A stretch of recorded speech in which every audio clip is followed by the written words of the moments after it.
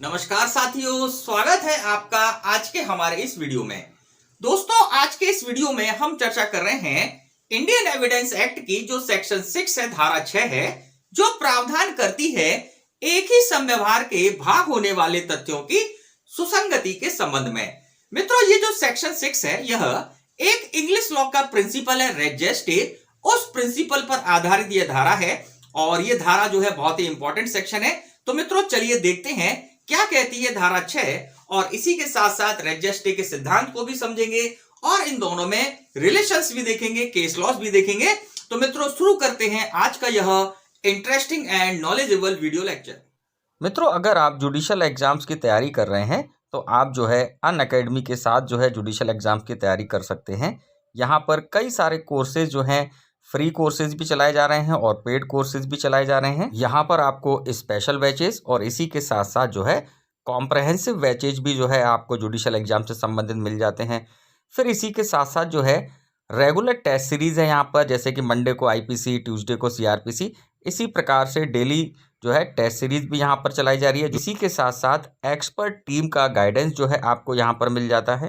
यहाँ पर मिल जाता है आपको plus subscription access, Indian best educator, interactive live classes, live test and quiz वगैरह, स्ट्रक्चरल कोर्सेज के पीडीएफ वगैरह सब मिल जाते हैं यहाँ पर। मित्रों, यहाँ पर आपको जो है फ्री क्लासेस आपको मिल जाती हैं, ऑनलाइन क्लासेस जो कि पूरी तरह फ्री रहती हैं।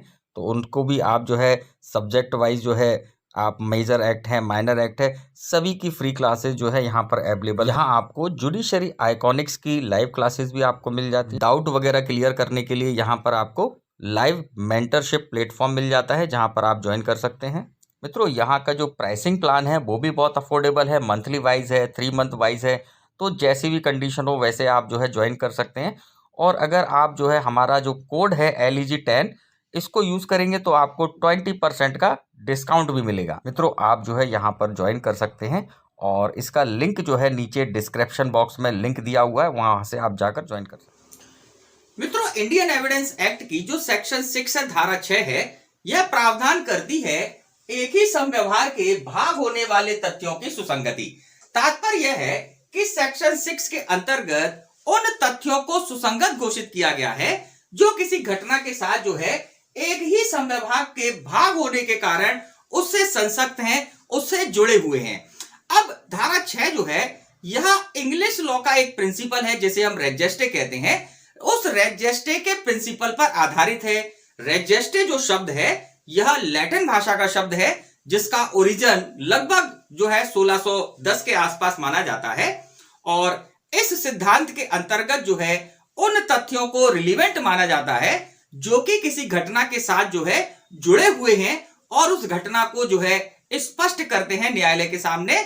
तो जो रजिस्टर शब्द है इसी को जो है, या रजिस्टर का जो सिद्धांत है, इसी के आधार पर जो है सेक्शन 6 के अंतर्गत उन तथ्यों को सुसंगत घोषित किया गया है जो कि किसी घटना के साथ एक ही समव्यवहार के भाग बनाते हैं। मित्रों, सेक्शन 6 को अध्ययन की दृष्टि से हमने जो है यहाँ पर इसके आवश्यक तत्वों को यहाँ पर अलग करके रखा हुआ है, जिससे कि जब हम इनके आवश्यक तत्वों का अध्ययन कर लेंगे तो सेक्शन 6 जो है हमें अच्छे से समझ में आ जाएगी। तो देखिएगा इसके आवश्यक तत्व क्या कहते हैं। पहला तत्व है जो तथ्य विवादक ना होते हुए, तात्पर्य है कि सेक्शन 6 के अंतर्गत उस तथ्य को रिलीवेंट डिक्लेयर किया गया है जो कि खुद विवादक तथ्य ना हो। मतलब कि ऐसा तथ्य जिसे धारा 6 के अंतर्गत न्यायालय में रखा जाएगा वह स्वयं अपने आप में उस मामले में विवादक नहीं होना चाहिए। तो ऐसा तथ्य जो स्वयं विवादक नहीं है, किसी विवादक तथ्य से इस प्रकार संसक्त है। वो कैसा तथ्य है? जो विवादक तथ्य उस मामले में जिसका विचारण चल रहा है, उस मामले में जो विवादक तथ्य है उससे वो इस प्रकार जुड़ा हुआ है, उसके बीच में संसक्तता है। उसके कारण क्या हो रहा है कि वो तथ्य जो है समव्यवहार का भाग बन जाता है। जो एविडेंस दिया जा रहा है वह कनेक्टिविटी के कारण, संसक्तता के कारण क्या फॉर्म करता है, समव्यवहार के भाग के रूप में स्पष्ट होता है। तो ऐसे तथ्यों को यहां पर सुसंगत घोषित किया गया है, रिलीवेंट घोषित किया गया है। इसी सिद्धांत के आधार पर, बात को समझिएगा, इसी सिद्धांत के आधार पर जो अनुशुद्ध साक्ष्य है, हेयरसे एविडेंस है, उनको जो है रिलीवेंट यहां पर डिक्लेयर किया गया है। या हम इसको इस तरह से कह सकते हैं कि हेयरसे एविडेंस का साक्ष्य जो है न्यायालय में सामान्यता नहीं दिया जाता है। सुनी सुनाई बातें जिसे हम कहते हैं, या ऐसे तथ्य जो कि अनुशुद्ध साक्ष्य हैं, उनको न्यायालय में ग्रहण नहीं किया जाता है। लेकिन अगर वे तथ्य जो हैं धारा 6 के अंतर्गत किस प्रकार के हैं कि वो जो है विवादक तथ्य से जो है संसक्त हैं, जुड़े हुए हैं और वह संव्यवहार का भाग बनाते हैं, तो ऐसे अनुशुद्ध साक्ष्यों को, हेयर से एविडेंसेस को भी जो है सेक्शन 6 के अंतर्गत लिया जा सकता है, रिलीवेंट डिक्लेयर किया गया है। तो यहां पर जो है ये सारी चीजें हैं। फिर इसके बाद आखिरी वाला जो एलिमेंट है उसको देख लेते हैं। चाहे वे उसी समय और स्थान पर या विभिन्न समय और स्थान पर घटित हुए हों, यहां पर इससे कोई फर्क नहीं पड़ता है कि वो जो तथ्य है वो तथ्य या तो उसी जगह पर जहां पर घटना हो रही है या फिर किसी अन्य जगह पर या उसी समय पर या किसी अन्य समय पर घटित हो, इससे कोई फर्क नहीं पड़ेगा। मेन बात यहां पर क्या है कि वह विवादक तथ्य से संसक्त होना चाहिए, जुड़ा हुआ होना चाहिए, और उस जुड़ाव के कारण एक ही संव्यवहार का भाग निर्मित हो रहा हो। तो ऐसे तथ्यों को धारा 6 के अंतर्गत रिलीवेंट डिक्लेयर किया गया है, जिन्हें हम साक्ष्य के रूप में न्यायालय में दे सकते हैं। उदाहरण के रूप में आप समझिएगा कि मान लीजिए ए जो है बी को पीट रहा है, ए बी को पीट रहा है और पीटने के कारण जो है आसपास कई लोग वहां पर खड़े हुए हैं, जैसे कि जेड खड़ा है, एफ खड़ा है, ये सब जो है इस घटना को देखते हैं। तो जो भी इनके भाव होते हैं, जो भी इनके रिएक्शंस होते हैं, वह रिएक्शन जो है, क्योंकि इनके बीच में कनेक्टिविटी है, इस कनेक्टिविटी के कारण जो है यह तथ्य इस विवादक तथ्य के संबंध में रिलीवेंट होंगे कि ए ने क्या बी को जो है ग्रीवियस हर्ट पहुंचाया, या ए ने बी को हत्या कारित की, या वो घटना वास्तव में क्या थी। इस बात को स्पष्ट करने के लिए धारा 6 के अंतर्गत ये जो नियर बाय जो लोग खड़े हुए होते हैं या जो दुकानें होती हैं, जो कोई भी है जो कि वहां पर उपस्थित है और उन उपस्थिति के कारण जो घटना को देख रहे हैं, उस कनेक्टिविटी, वहां पर उपस्थित होना या उसको घटना को देखने के कारण जो इनके एक्सप्रेशंस हैं, जो इनके कथन है, वे सभी की सभी जो है सेक्शन 6 के अंतर्गत रिलीवेंट हो जाते हैं और उन्हें जो है न्यायालय में साक्ष्य के रूप में रखा जा सकता है। मित्रों, अब कुछ केस लॉस देख लेते हैं जो कि सेक्शन 6 से कनेक्टेड हैं और परीक्षा की दृष्टि से इंपॉर्टेंट हैं। तो सबसे पहले केस देखिएगा, RM. Malkani versus state of Maharashtra, AIR 1973।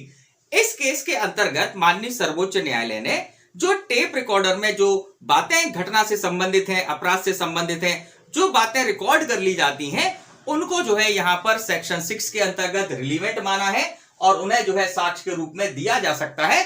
इसके बारे में जो है डायरेक्शन दिए गए थे।